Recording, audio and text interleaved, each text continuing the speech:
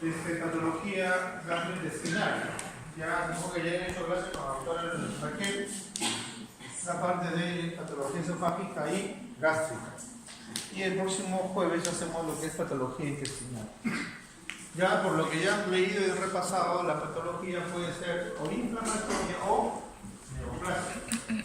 Dentro de las inflamatorias también están las infecciosas y las parasitarias. Bien, entonces, vamos a ver lo que significa lo que es la patología esofágica. ¿Cuál es lo más frecuente? Inflamatorias. Las enfermedades inflamatorias, ¿cuáles son más frecuentes? El reflujo que ocasiona la esofagitis. Pero antes de eso, creo que tengo que recordar primero cuál es la histología del esófago. Acuérdense que las paredes del tracto gastrointestinal tienen una mucosa, submucosa, muscular y serosa del esófago. ¿No? Debajo de la mucosa, la lámina propia, y debajo de la lámina propia, la muscular y mucosae. Todas estas tres estructuras corresponden a la mucosa, submucosa, muscular y por debajo la serosa del piso. Bien. Los pacientes van a llegar a visitarlos por, ya sea un dolor retroesternal o la pirosis, ¿no? Un dolor que asciende, o probablemente por una tos persistente de predominio nocturno, o incluso por reacciones de tipo hiperreactividad bronquial, tos, bronquiera o incluso similares. Y si ustedes le preguntan, ¿qué le dicen? ¿Usted come de noche? Sí, come, se echa y se acuesta. Comidas muy copiosas y se van de pronto a la cama. Eso, la persistencia de ese tipo de esa rutina o la persistencia de los alimentos muy irritantes termina ocasionando ¿qué cosa? O incluso el consumo de tabaco, el consumo de alcohol, de café, ocasionan alteraciones a nivel del esfínter esofágico, relajando y permitiendo que muchas veces se retarde el vaciamiento y eso empieza a regurgitar, ¿no? El reflujo hacia el tercio inferior del esófago. Y si hay, ¿cuál es el contenido del estómago? ¿Cuál es el ácido? Por lo tanto, es un agente muy agresivo para la mucosa esofágica. Si ustedes recuerdan, el epitelio del esófago es un epitelio de revestimiento que no secreta nada, a excepción de la mucosa gástrica que secreta moco. Por lo tanto, la persistencia de ese factor agresivo a la mucosa va a generar cambios. En un inicio, ¿no? Todas las comidas grasas, irritantes, van a dañar este epitelio, que va a transformarse, ¿no? Una carita feliz termina convirtiéndose en un hongo, ¿no? Eso significa los cambios metaplásicos, los cambios neoplásicos a causa de esta sustancia o el contenido del estómago. Entonces, hacen fenómeno al gastroenterólogo, le hacen endoscopía, y ¿qué visualiza? Una mucosa eritematosa, ¿no? Que se traduce en ¿qué? Primero, en que el epitelio de la mucosa esofágica se replica, es decir, se hace más extenso. Es lo que se conoce una hiperplasia del epitelio escamoso.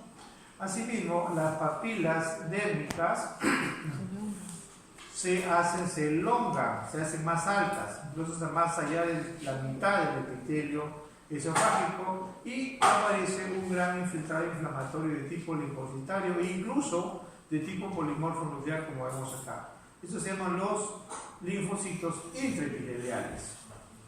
Y también, además de los linfocitos, vamos a ver células plasmáticas, características de las esofagitis por reflujo. Entonces, la hiperplasia escamosa, la elongación de la dermis y los infiltrados linfocitarios epiteliales son características de la esofagitis, en este caso por reflujo. Pero también puede haber esofagitis ¿estos son qué? Polimorfonucleares, o sea, se ha reagudizado. Acuérdense que los polimorfonucleares son indicativos de actividad de agudeza de un proceso inflamatorio. Entonces, el proceso inflamatorio en esófago que se conoce como esofagitis por reflujo. Pero recuerden que la esofagitis también puede ser infecciosa. En el caso de los pacientes inmunocomprometidos, tomando en cuenta la candidiasis esofágica. Otro cuadro que se ve ya en pacientes como un secundarismo o una complicación de estos pacientes es la disolación de un engrosamiento de efecto tortuoso en la cavidad del esófago. ¿Y esto qué corresponde? A varices esofágicas que se presentan en pacientes de tipo cirróticos con hipertensión portal, ¿no? Esta es la pieza quirúrgica, vemos ya una varice rota que origina pues un sangrado masivo, ¿no? Estas ya son piezas de microxia. ¿Qué vamos a ver? Que por debajo de la mucosa tenemos amplias, estas son pequeños vasos dilatados, ¿no? Que están sangrando incluso, con varices. Y vemos acá en la reacción inflamatoria linfoplasmocitaria y una zona de hemorragia.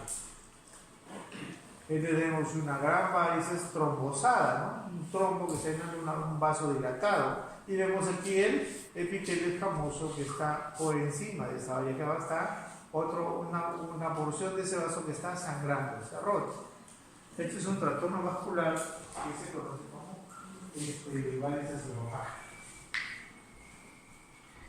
La persistencia de todo ese reflujo o agentes irritantes hace que requieren cambios, como les dije, ¿no? De una mucosa normal a una mucosa con áreas blanquecinas y eritematosas.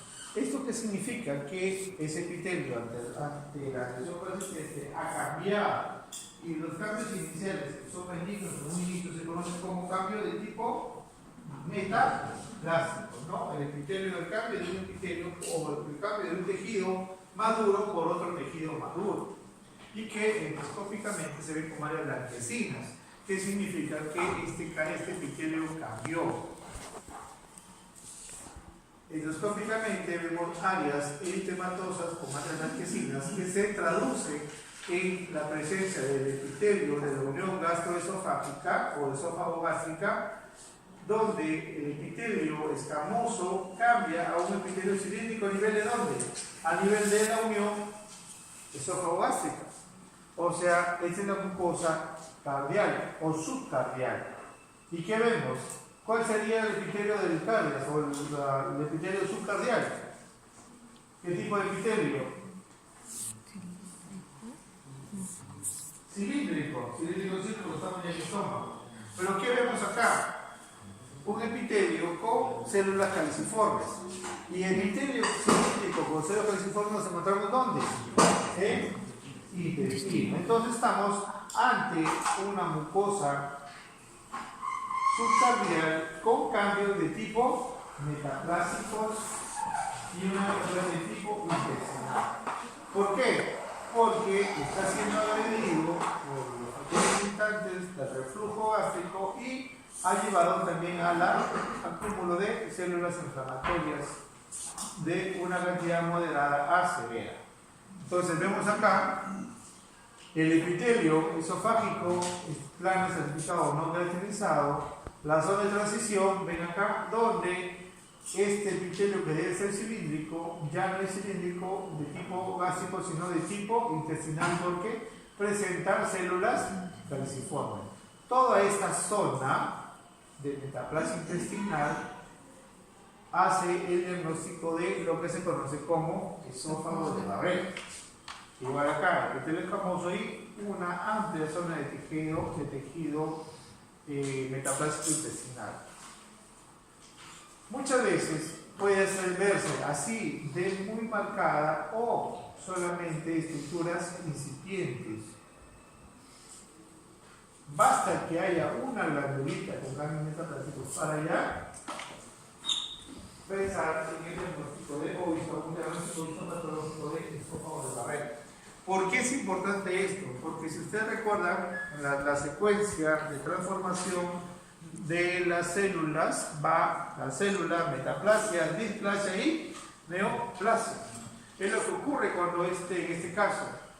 Solamente quiero que vean estas glándulas con estas. ¿Cuál es la diferencia? sobre todo con estas, ¿no? Esta con el resto de acá.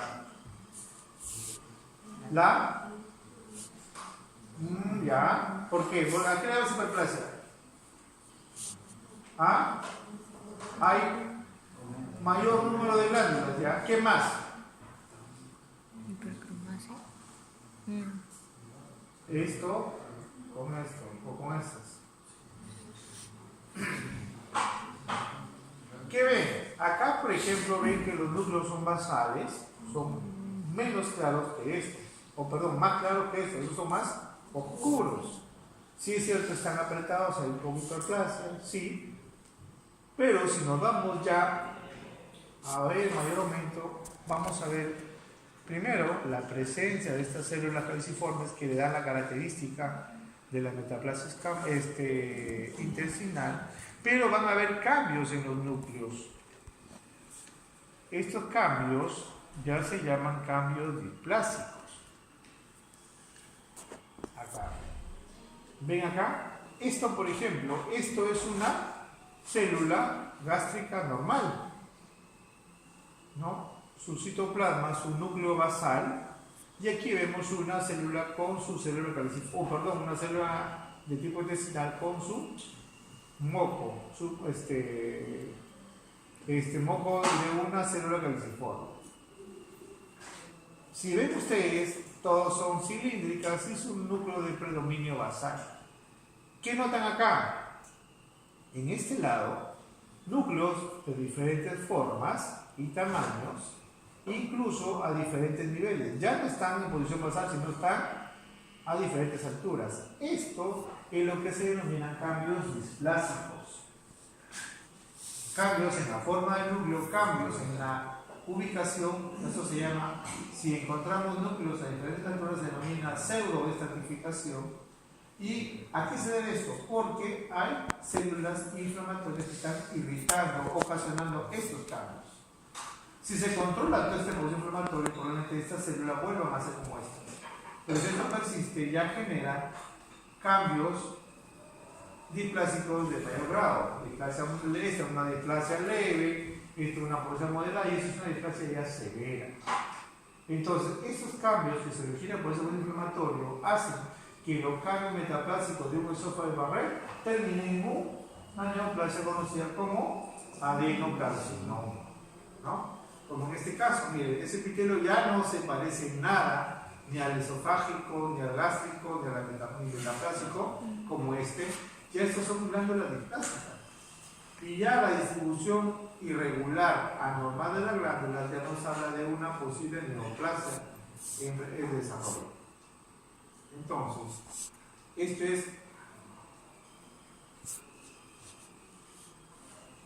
cambios adaptativos de tipo metaplasia intestinal en lo que se conoce como ya esófago de Barrett.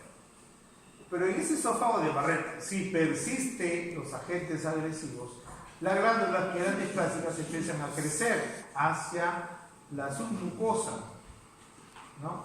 ¿Cuál es la ubicación de las glándulas? Normalmente son superficiales, hasta su membrana basal, ¿no? A nivel de la membrana basal y por encima de la membrana basal. Pero acá vemos que las glándulas se están metiendo ya a la submucosa. Glándulas, primero, con alteración en su patrón arquitectural, glándulas distorsionadas en su forma y con una gran atipia nuclear o atipia celular. Entonces, estas son características de una lesión neoplásica que se conoce como neoplasia maligna epitelial glandular de tipo adenocarcinoma infiltrante, nacida en un esófago de Barrett. En el esófago, el adenocarcinoma nace de la transformación del epitelio en un epitelio metaplásico. Pero también hay, ¿cuál es el epitelio del esófago? Estratificados como. Creo que sí. Del epitelio plano, estratificado no caracterizado. Por lo tanto, si hay epitelio plano, ¿qué otra neoplasia puede nacer de él? Un carcinoma escamoso. Endoscópicamente vemos acá áreas elevadas, engrosadas, irregulares, hemorrágicas, que ya en la pieza quirúrgica vemos unas lesiones ulceradas, elevadas, que histológicamente vamos a encontrar un epitelio escamoso planificado simple, normal, y por debajo de ello la proliferación de un epitelio escamoso neoplásico, que forman nidos por ser epitelioides, núcleos hipercromáticos, incluso una gran distorsión o cambios en la estructura del núcleo citoplasma, que si ustedes pueden ver, está infiltrando ya hasta la lámina propia y es en la muscular mucosa. Una gran atipia, células aberrantes, ¿no? Que van infiltrando incluso formación de perlas córneas, ¿no? Entonces ese es un epitelio escamoso neoplásico que conforma lo que se conoce como el carcinoma epidermoide y en este caso infiltrante queratinizante. Epitelio o epitelio escamoso neoplásico. En la gran atipia, la mitosis dentro de este tejido neoplásico, esta es una neoplasia maligna epitelial tipo carcinoma escamoso infiltrante queratinizante. Hasta ahí eso, luego pasamos a estómago. ¿Qué encontramos? Los procesos inflamatorios en el estómago son las gastritis, que es un término general, pero hay gastritis linfocitaria, gastritis eosinofílica, gastritis infecciosa, ¿no? O inmune. Entonces, ¿esto qué cosa es? La mucosa del estómago, ¿pero de qué parte? Del cuerpo gástrico, es una gran proporción de células de qué tipo? ¿Principales? ¿Ah?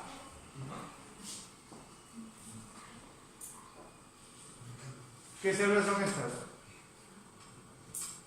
¿Se acuerdan, no? Histología, o sea, hace 5 años. ¿Ah? Había dos tipos, unas células rosaditas, ¿cómo se llama?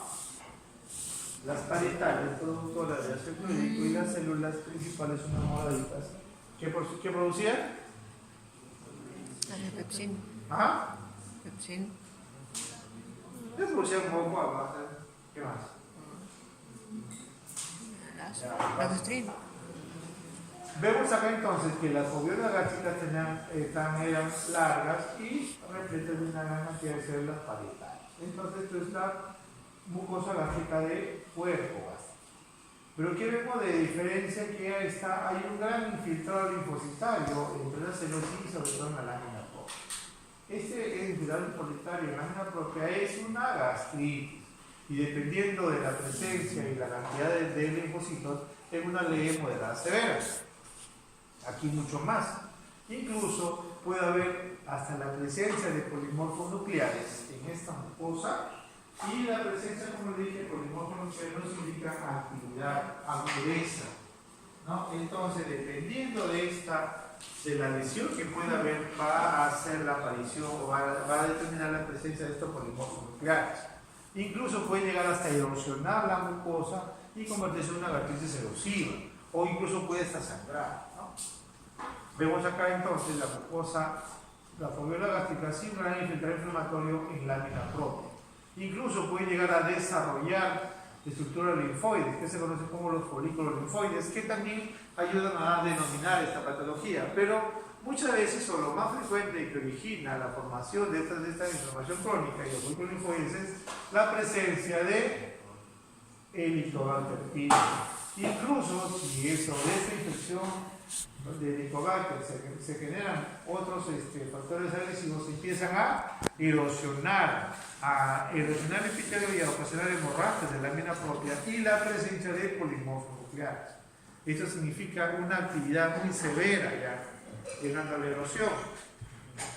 Y vamos a ir nosotros ya la detección de bacterias de tipo bastones en el moco nos indica la presencia de Helicobacter pylori, que es lo que causa todo este problema, ¿no? En este caso se trata de puede incluso la persistencia de este proceso inflamatorio puede llegar a desarrollar cambios también en la mucosa gástrica, también cambios metaplásicos de tipo intestino delgado, o sea, metaplasia intestinal, ¿no? Que pueden ir desde muy escasa hasta amplias zonas metaplásticas, con el riesgo de empezar a mostrar cambios displásticos y nacer probablemente un adenocarcinoma, posiblemente si es que no se controla este proceso. En conclusión, este es un proceso inflamatorio de la mucosa gástrica que se conoce como o se diagnostica como gastritis crónica con actividad, porque vimos una gran cantidad de polimorfos nucleares, metaplasia intestinal ocasionada por Helicobacter pylori.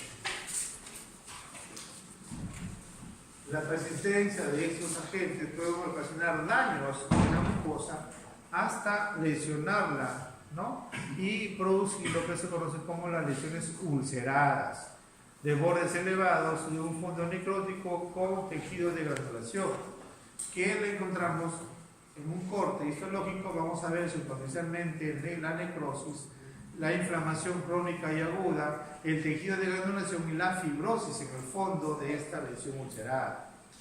Vamos a ver acá el tejido normal con alteración, cambios estructurales en la mucosa superficial y una superficie erosionada, que viene a ser la base de la úlcera. Ahí vamos a encontrar todo lo que hemos visto: la necrosis superficial, la inflamación, el tejido de granulación y la fibrosis.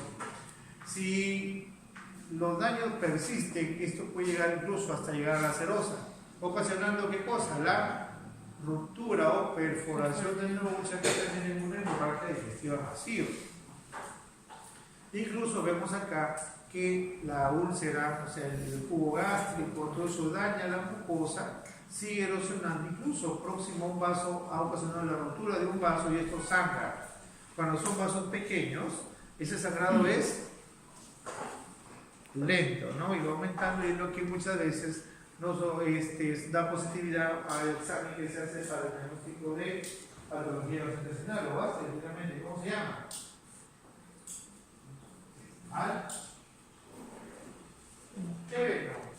Tebeno en eso, ¿no?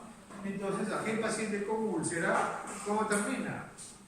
Aparte de dolorido, termina anémico por la pérdida sanguínea que se da porque la úlcera rompe o lesiona la pared de los vasos pequeños y empiezan a sangrar. Vemos el tejido inflamatorio, la hemorragia en esta zona de úlcera, y vemos acá la proximidad hacia una arteria, ¿no? Que igual la va a lesionar y puede generar sangrado. Esta es para ver la estructura, vamos a ver muy bien, casi por lo que se dio al inicio, ver la necrosis superficial, la inflamación, el tejido de granulación y tejido fibroso reparativo. La inflamación y el tejido de granulación se caracterizan ¿por qué? Por una gran proliferación de vasos sanguíneos con fibroblastos, la zona de la fibrosis. Esto entonces se conoce como proceso inflamatorio en una úlcera gástrica. Otro tipo de úlcera, pero ya con otras características, son aquellas que muestran elevaciones, bordes elevados, necróticos en grandes extensiones, que corresponden histológicamente a la presencia de glándulas, pero con alteración en su arquitectura, en su orden. ¿Cuál es la ubicación que le dije de las glándulas? Son superficiales, pero acá la vemos que están ya dentro del tejido conectivo, o sea que unas glándulas están penetrando zonas que no le corresponden. O otras pueden presentar pérdida de su arquitectura, atipia nuclear, atipia citoplasmática, y presentan una aglomeración, eso se llama pérdida arquitectural, ¿no? Y todavía esta proliferación neoplásica glandular ya nos ayuda o nos da que pensar en una neoplasia maligna de tipo glandular, ¿no? Que se corresponde a una neoplasia maligna epitelial de tipo adenocarcinoma infiltrante de tipo intestinal. ¿Ha revisado la clasificación de los cánceres con la doctora Raquel? ¿Borba lo han hecho? Sí. Eso para las lesiones ulceradas. Pero también está la lesión de Laure. ¿Sí o no? ¿Cómo clasifica Laure los cánceres gástricos? En el adenocarcinoma de tipo intestinal y en el adenocarcinoma difuso. Por eso aquí le ponemos, ¿no? ¿Por qué? Porque es una neoplasia de patrón glandular, que fácilmente lo podemos ver y definirlo porque nos da la imagen de tejido glandular. de tipo intestinal, porque muchas veces nacen en el tejido metaplásico. Pero hay otra neoplasia que no tiene ni la forma intestinal ni otra forma glandular. Simplemente se forman por glándulas o por células muy pequeñas que pueden meterse o pueden nacer en la submucosa o puede incluirse meterse dentro de las fibras musculares. Y vemos acá la lámina propia y pequeñas estructuras circulares que tienen de característica un núcleo hacia la periferia y un contenido a su lado, un moco o una mucina que ellos producen, pero que tienen un patrón infiltrante porque penetran por todas las zonas del tejido y que muchas veces puede pasar desapercibida cuando probablemente no hay mucha experiencia, puede pasar desapercibido y informarse sobre cuando hay un grupo de células que están por ahí camufladas. ¿No? Entonces, la característica de esta estructura es lo que se conoce como célula en anillo de sello, ¿no? Que pueden ser estas o estas. Pero aquí también vemos mezclados esta estructura. Entonces, todas ellas son células neoplásicas. Y que muchas veces tenemos que hacer estudios especiales para confirmar que se tratan de células epiteliales mucosecretoras, que pueden infiltrar en las capas musculares del tejido o la capa muscular lisa de la capa muscular propia, ¿no? O que incluso cuando se encuentran en la parte superior pueden confundirse con células plasmáticas, con macrófagos, y que muchas veces cuando no se define, van a leer en algunos informes que puede leer, dice neoplasia maligna de células redondas, porque también pueden confundirse con los linfocitos. Y siempre este tipo de neoplasias, cuando en las biopsias que revisamos, cuando no son tan evidentes como esta, por ejemplo, que ya son clásicas, o pueden verse así, o pueden verse, a ver, como estas. Son células redondas que no corresponden a este tipo de tejido, pero nos hacen pensar en otra cosa más. Entonces, ¿qué es lo que pasa por acá? O se trata de un carcinoma, o de otra neoplasia que se conoce como linfoma. Proliferación, porque así hay linfocitos que proliferan de manera neoplásica. Entonces, cuando no sabemos o no definimos, más que no sabemos, no definimos porque, bueno, así, las muestras gástricas son pequeñitas, son de 2 milímetros las biopsias. Entonces, vas a encontrar así, neoplasia maligna de células redondas que infiltra lámina propia de mucosa gástrica. Se le solicita estudio de influencia química y nos van a dar positivo si se trata de ser neoplásica epitelial, o sea, una pancreatina o un ACL, que es el antígeno común leucocitario, que va a pintar a todos los linfocitos. Entonces, para eso pedimos los estudios, por ejemplo, y vemos esto: glándulas normales y debajo células redonditas. Esto confirma muchas veces el diagnóstico. Y se marcan así, marcan la membrana de la célula. Entonces, una neoplasia maligna epitelial es un carcinoma de células en medio sello o, según la definición de la carcinoma gástrico difuso. Lo que les decía, ¿no? Hay proliferación, en este caso de células redondas que se van hasta la lámina propia, de la manera que llenan toda la lámina propia y se corresponden también, ¿no? Esta, por ejemplo, puede ser un anillo de sello, puede ser un linfocito. Entonces, vemos una gran mitosis y se le hace su coloración o su marcaje inmunológico y da positivo para ACL, el antígeno común leucocitario pinta todos los linfocitos. Y para saber si se trata del linfocito B o el linfocito T, hacemos lo que se conoce como el CD20, que también pinta solamente al linfocito B. Por lo tanto, el linfoma no Hodgkin de células B también se presenta en la mucosa gástrica del estómago. Muy bien. Luego pasamos a lo que es Pensé que estaban en los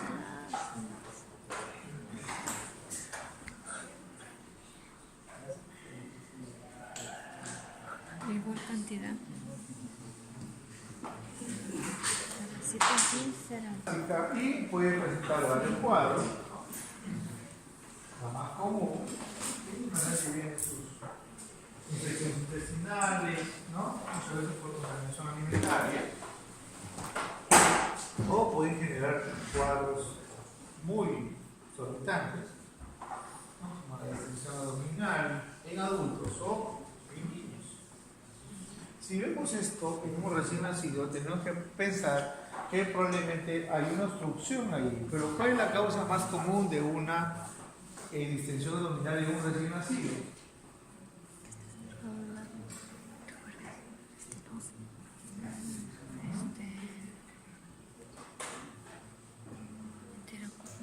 Enterocolitis. Existe una enfermedad Enterocolitis necrotizada. congénita que vamos a retrasar el punto ¿Eso qué era? más adelante, lo vamos a ver esta semana. Es una enfermedad donde hay alteraciones durante la etapa embrionaria donde un grupo de células de la cresta neural no migran por completo a la porción distal del colon. Por lo tanto, no hay formación de plexo mioentérico de Auerbach. De tal manera que, ¿para qué sirve el plexo mioentérico de Auerbach? Hacer las contracciones. ¿Qué hace? Sí.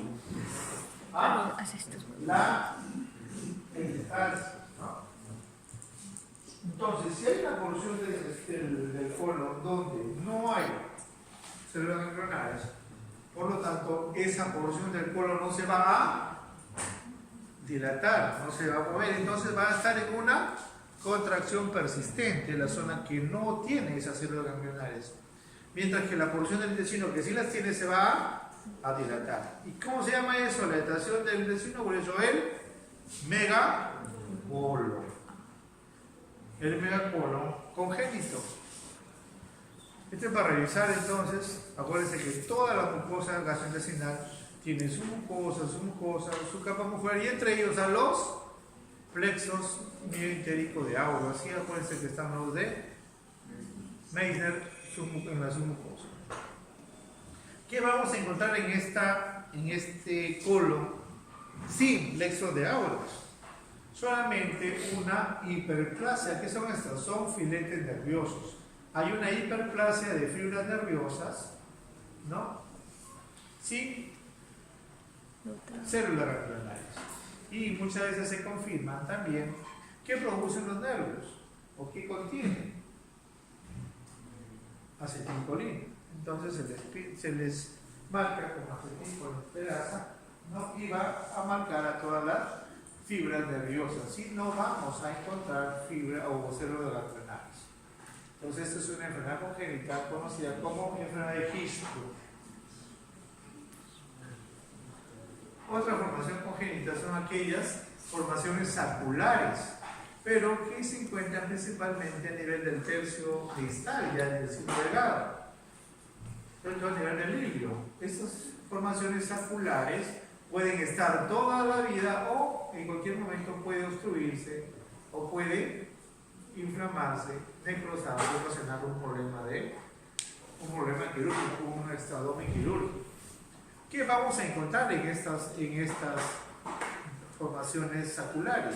Que se conocen como divertículos. Y aquel divertículo que se encuentra predominante a nivel del lirio y que histológicamente, además del epitelio intestinal delgado, vamos a encontrar masas de tejido de tipo gastrointestinal, de tipo pilórico, o acá hay mucho más glándula de tipo gástrico pilórica, o tejido pancreático con este tejido intestinal, en lo que se denomina como el divertículo de Merkel, donde aparte del tejido intestinal normal vamos a encontrar un tejido heterotópico. El tejido heterotópico puede ser gástrico o puede ser pancreático, pero con mayor frecuencia hay tejido gástrico. Es una enfermedad congénita del intestino, el divertículo de Merkel. Pero también hay otras formaciones saculares a nivel del intestino grueso, que igual se conocen como divertículos, que muchas veces pueden también estar ahí o obstruirse por la masa fecal, ¿no? Forman cálculos de masa fecal o formaciones sólidas que se conocen como los fecalitos. Se obstruye, se inflama, se necrosa y puede perforarse. Entonces, la presencia de divertículos en el colon se conoce como diverticulosis. Y la inflamación y la ruptura que vemos acá es la deformación circular. Y si se llega a romper, ya sería una diverticulitis o perforación intestinal de un divertículo. ¿Y qué es un divertículo? Viene a ser la protrusión de la mucosa y submucosa a través de la capa muscular propia del intestino. Que muchas veces, como le dije, este es un fecalito, masa fecal sólida, que comprime la mucosa, la necrosis puede perforarse en una diverticulitis. O pueden haber alteraciones en las alzas intestinales, debilidad de la pared, ¿no? Que hace que pueda protruir una asa intestinal generando un anillo, ¿no? Esto se le conoce como hernia, o en aquellas pacientes con operaciones, sobre todo cesáreas, o cirugías abdominales, la formación de adherencias entre las alzas intestinales o girar el intestino sobre sí mismo, con torsión del pedículo, o la inclusión o imaginación del intestino sobre el mismo intestino, que se conoce como introsusección. Todos estos procesos llevan a otra patología, que generan ¿qué cosa? Procesos isquémicos. Por lo tanto, la hernia, las adherencias, el vólvulo, la retrosucción lleva a la necrosis de una sección intestinal. Y esta necrosis es de tipo hemorrágica. Necrosis hemorrágica por isquemia, ya sea por trombosis de vasos mesentéricos o por los diferentes mecanismos genera limitación en la irrigación. ¿Y qué vamos a encontrar? Infarto de la mucosa. Infarto hemorrágico mural si se comprometen inicialmente la mucosa y la submucosa, y transmural si compromete toda la pared, ¿no? Entonces esto es una enfermedad isquémica en un infarto intestinal, que mayormente se encuentran, como son incidentales, se puede encontrar en el apéndice, como vamos a ver, o también en las cirugías, por algún proceso o una cirugía programada, se encuentran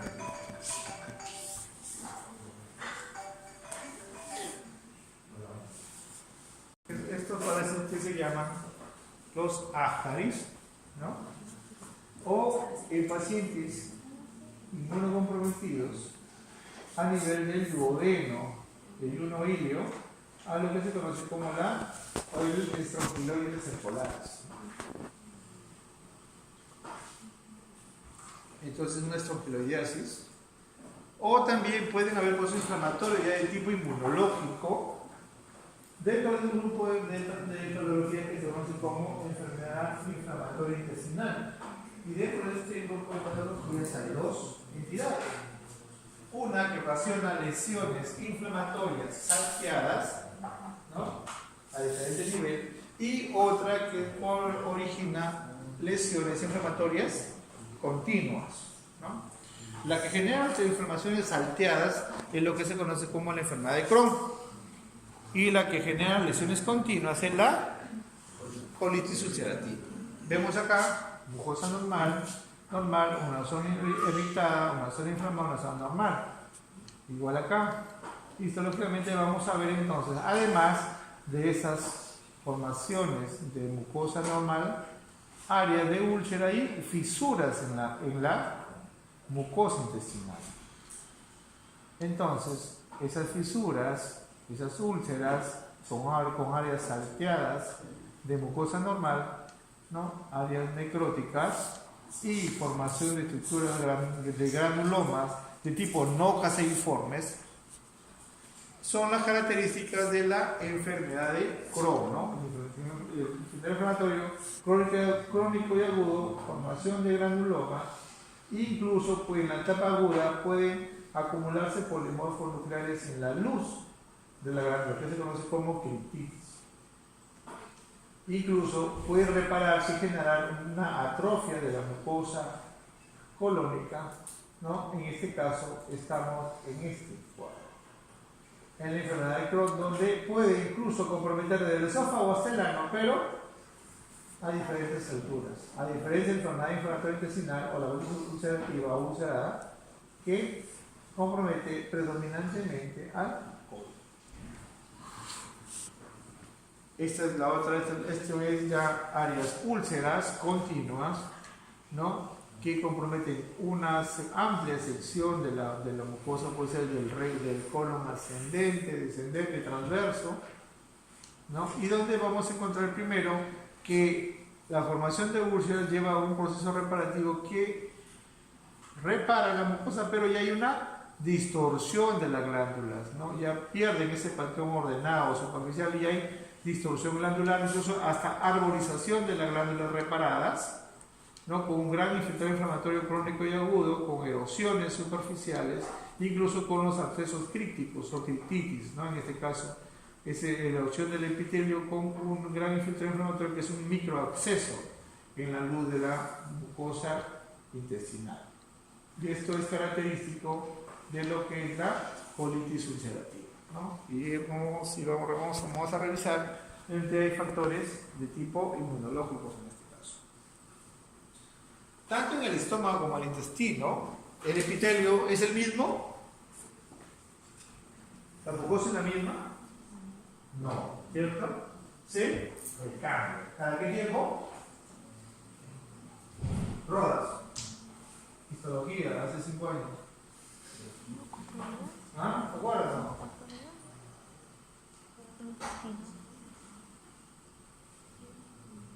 Cada 7 a 10 días, según los libros. Entonces, ¿qué pasa ahí? El epitelio, que nace desde abajo, esas células se desprenden. También lo pasa en la piel. Pero en muchos casos esta célula cilíndrica no se descama, se queda ahí. Y en la siguiente renovación se va acumulando. Entonces se van a formar estructuras elevadas del mismo epitelio que no se descamó. A estas estructuras elevadas se le conocen como pólipos, que pueden haber en el estómago, pero mayormente crecen a nivel del colon. Hay pólipos buenos y pólipos malos. Los buenos o los benignos son los denominados pólipos hiperplásicos. Y los pólipos con cambios displásicos se le conocen como pólipos neoplásicos o adenomas. El pólipo neoplásico vamos a encontrar un epitelio intestinal alto, elevado, con células de características intestinales normales y con un gran infiltrado inflamatorio porque, como es una elevación, dentro de la luz está siendo relacionado con el movimiento del paso de lo que transcurre por la luz intestinal. Y no vamos a encontrar más que cambio, solamente ese epitelio intestinal inflamado o erosionado con hemorragias, microhemorragias en la lámina propia. Entonces esos son los pólipos intestinales que se conocen como pólipos hiperplásicos. Pero ya cambios en el patrón arquitectural, ¿no? Del patrón arborescente, tubular, incluso cambios en la coloración, que a diferencia de las otras, aquí no vemos a los caliciformes, nada más, o sea, no se parecen nada al epitelio colónico intestinal, incluso hay cambios en los núcleos, ¿no? Hay cambios en el orden, en la arquitectura de la distribución. Hay una pseudoestratificación a diferentes niveles, como en este caso, aquí no se ve mucho cambio, puede ser una displasia leve, acá una displasia moderada y por acá una displasia severa, porque ya hay núcleos y mitosis a diferentes niveles. Entonces, dependiendo de los cambios displásicos leves, moderados o severos, estas lesiones se conocen como adenomas. Adenoma de bajo grado incluye a los pólipos con displasia leve. Adenoma de alto grado que tienen displasia moderada a severa. Incluso en estas lesiones pueden haber áreas que se van a meter, como en este caso, hacia el colon o el tejido conectivo, que ya cambia el patrón. Una vez que una célula anormal con perenne escritural ingresa a una zona que no le corresponde, ya se convierte en una neoplasia.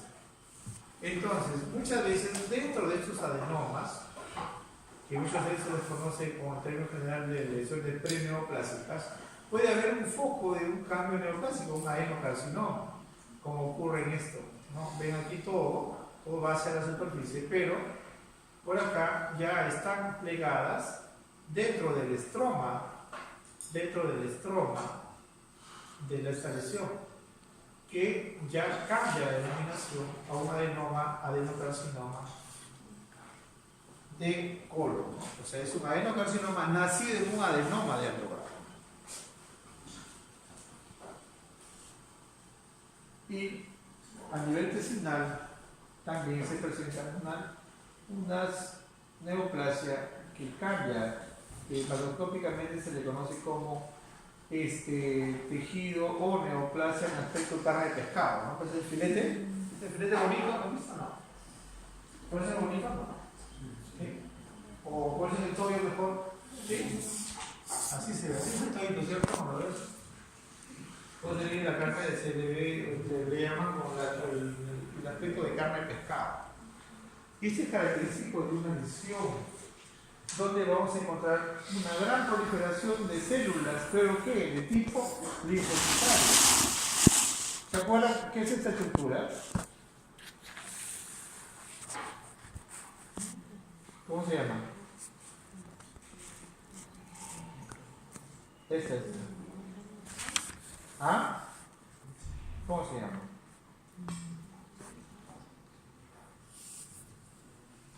Muscularis mucosae. O sea, de aquí hacia arriba la mucosa. Puede decir aquí tejido conectivo, no. ¿Qué ven acá? Puntitos, ¿cierto? Puntitos azulitos. Son los núcleos de los linfocitos que han crecido en un patrón neoplásico. Proliferación neoplásica de linfocitos ya se le conoce como neoplasia linfoide, que puede extenderse hasta la capa muscular propia, ¿no? Y formar acúmulos linfoides y tener esos núcleos irregulares, variado tamaño, con citoplasma escaso, ¿no? Mitosis, nucleolos, que muchas veces tenemos que hacer estudios especiales, ¿no? Para confirmar, uno, que se traten de linfocitos neoplásicos, y dos, o determinar si es una proliferación de linfocitos B o una proliferación de linfocitos T, ¿no? De ahí los linfomas B y los linfomas T. Y no, incluso acá vemos de diferentes núcleos o linfocitos pequeños, linfocitos grandes, pero mayormente a nivel de del intestino hay lo que se conoce como linfoma de células B, que es un tipo de neoplasia maligna de tipo linfoide. Pero no solamente el linfoma B, no hay otro linfoma. También miren, la misma característica del tejido, pero el tipo celular es diferente. Son linfocitos mucho más pequeños, en gran cantidad, porque es una neoplasia muy agresiva, pero puede controlarse, manipularse. Y dentro de este patrón, ¿qué vemos? Áreas más claras. A veces lo que se conoce como el patrón de cielo estrellado, característico de un tipo de linfoma. Estas células o estas áreas más claras están constituidas por macrófagos del cuerpo tingible, o sea, son macrófagos que digieren a los que van muriendo y quedan esos espacios. Veamos acá, estos son los macrófagos del cuerpo tingible, estas son las más claras, estas son. Y el resto son linfocitos neoplásicos, de núcleos pequeños, linfocitos pequeños. Estos son los cuerpos tingibles. Igual acá, que incluso puede igual infiltrarse hasta la capa muscular, y esto obviamente está en relación a un proceso infeccioso viral. ¿Se acuerdan que el virus ocasiona una proliferación linfoide neoplásica?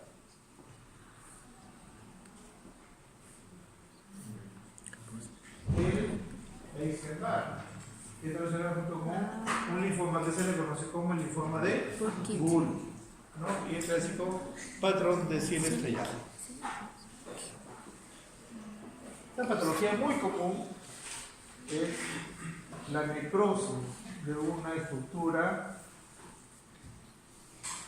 a nivel del colon o de la porción del seno, del apéndice fecal. Muchas veces se obstruye por materia fecal, ¿no?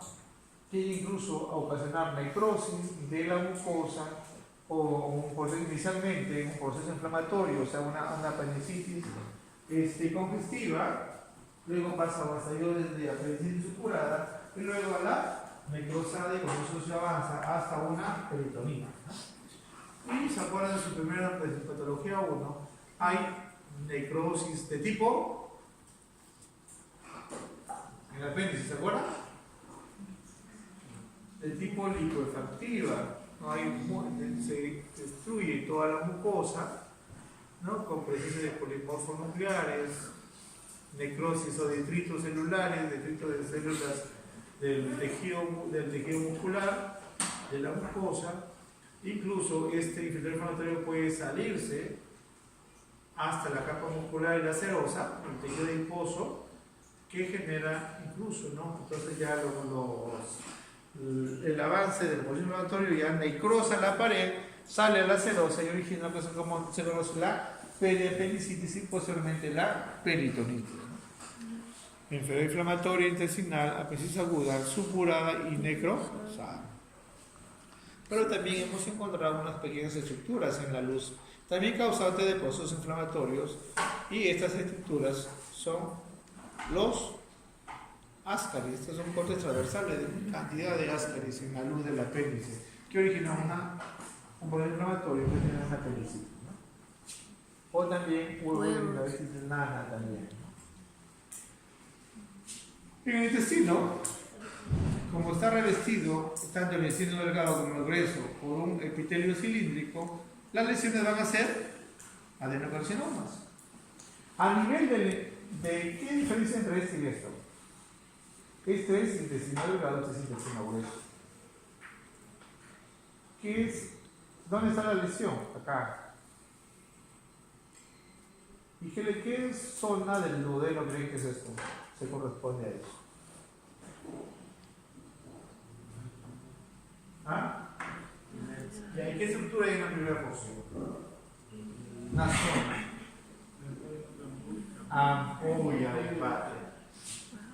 Esta es la ampolla de Vater. ¿Qué pasó acá? En el tejido de la ampolla de Vater hubo proliferación neoplásica y creció de tal manera que obstruyó la luz, ¿cómo se llama? Del esfínter de Oddi. ¿Y qué sale por el esfínter de Oddi? ¿Qué drena por el esfínter de Oddi? Bilis o macrales. Esto que ven aquí es el colédoco. ¿Cuánto creen que mide de diámetro? ¿Cuánto es el diámetro normal del colédoco? ¿1 centímetro?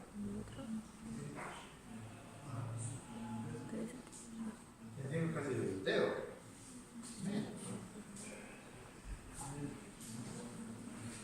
Yo ya no me acuerdo, pero no es 1 centímetro. ¿Qué pasó acá? El que se haya ocluido el esfínter de Oddi hacía que la bilis no drenara. Entonces empezó a dilatar el colédoco. Entonces el colédoco. Esto es un adenocarcinoma de ampolla de Vater, o también conocido como anguloma. Y este es un tipo especial de cirugía. Hay que lo conoce como la cirugía o la técnica de Whipple o de Whipple, como le llaman. Incluye una cirugía que específicamente es este tipo de lesiones que abarca primera porción del duodeno con su ampolla, acá está el resto del duodeno, el colédoco y por detrás a la cabeza de Cáceres. En este caso, mi primera fotografía cuando era residente de la neoplasia, este adenocarcinoma infiltraba hasta la cabeza de Cáceres. Ahora, aquí, ¿cuál es la gracia de esta cirugía? Es una cirugía muy complicada, con alto riesgo postquirúrgico. Aquí, muchas veces los pacientes se morían en la primera semana de la cirugía, ¿no? no sabía si era operado, se salía con su casa y seguía vivo. Y este es un colon, donde vemos que estos pólipos, por la característica puede ser un adenoma. Y esto fue un adenoma que cambió y se convierte en un adenocarcinoma. Una lesión proliferativa, pues una proliferativa, ¿no? del patrón polipoide. ¿Y qué encontramos? Este es el epitelio normal y acá tenemos el epitelio normal y por debajo de ellas hay glándulas que están en la submucosa, acá está la muscular mucosa. Entonces, este patrón infiltrante en la submucosa ya de glándulas de diferente tamaño, ¿no? que no se corresponden a las normales, ya es un patrón infiltrante de un adenocarcinoma. Vemos acá, ¿no? La periarquitectural y la tipia celular, ¿no? El patrón infiltrativo, una arquitectura desorganizada y glándulas que ya no tienen células caliciformes, sí, solamente hay mitosis porque se están reproduciendo rápidamente. Y los diferentes tipos de glándulas que definen a esta neoplasia como aquí vemos, por ejemplo, la mucosa intestinal normal y aquí la zona de transición donde este epitelio normal se convierte en un epitelio neoplásico proliferativo que incluso puede llegar a meterse a la grasa intestinal, o sea, la grasa al meso, ¿no?